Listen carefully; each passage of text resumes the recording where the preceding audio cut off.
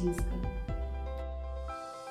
В соответствии с Всемирной организацией здравоохранения, здоровая семья – это семья, не подверженная деструктивному психологическому, психическому и социальному влиянию и способная воспитывать здоровое поколение.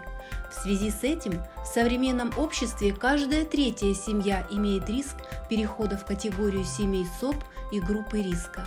На сегодняшний день в учреждении 3 семьи, находящиеся на учете.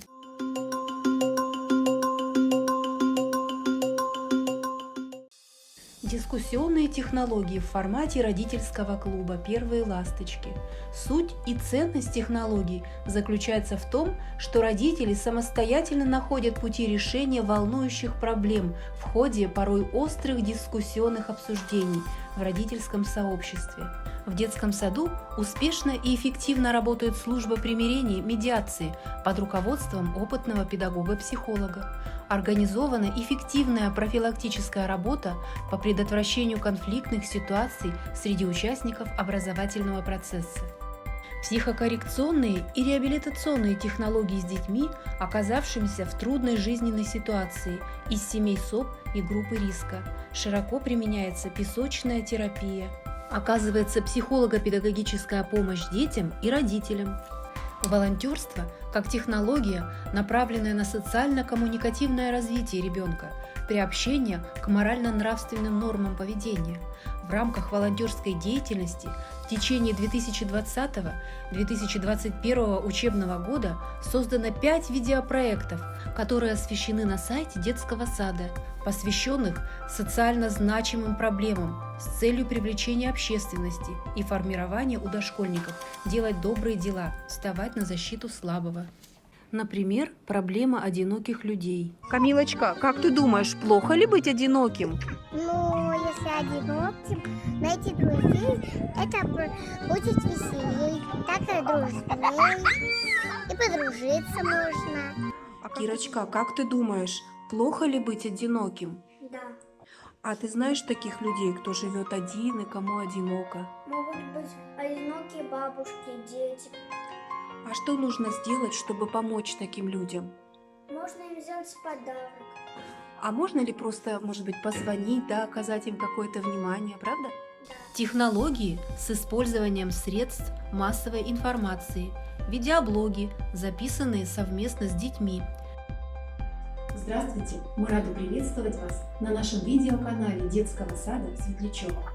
11 января – Международный день спасибо.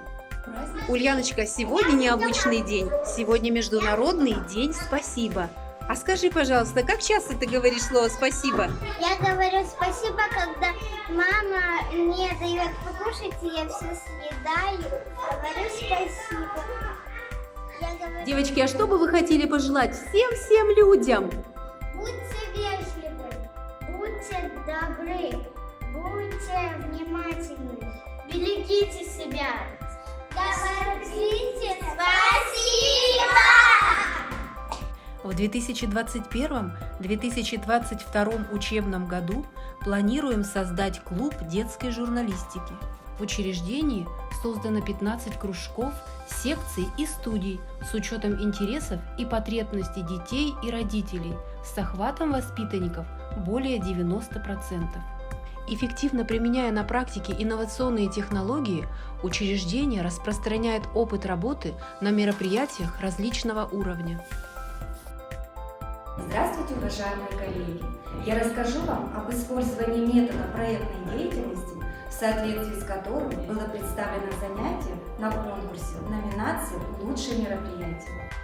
Долгосрочный проект, реализованный в течение года, направлен на воспитание и развитие социально адаптированной личности ребенка, на предупреждение агрессивного поведения в образовательной среде, состоял из цикла мероприятий.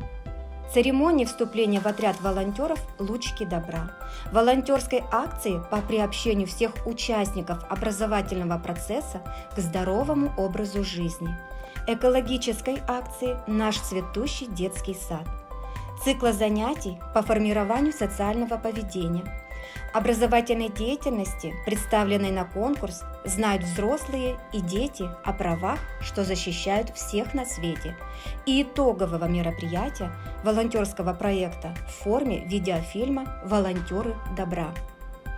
Таким образом, проектная деятельность, включающая разнообразные формы взаимодействия взрослого и ребенка, способствует преодолению социальной дезадаптации особых категорий детей, воздействует на формирование личности ребенка, являются профилактикой девиантного и противоправного поведения воспитанников.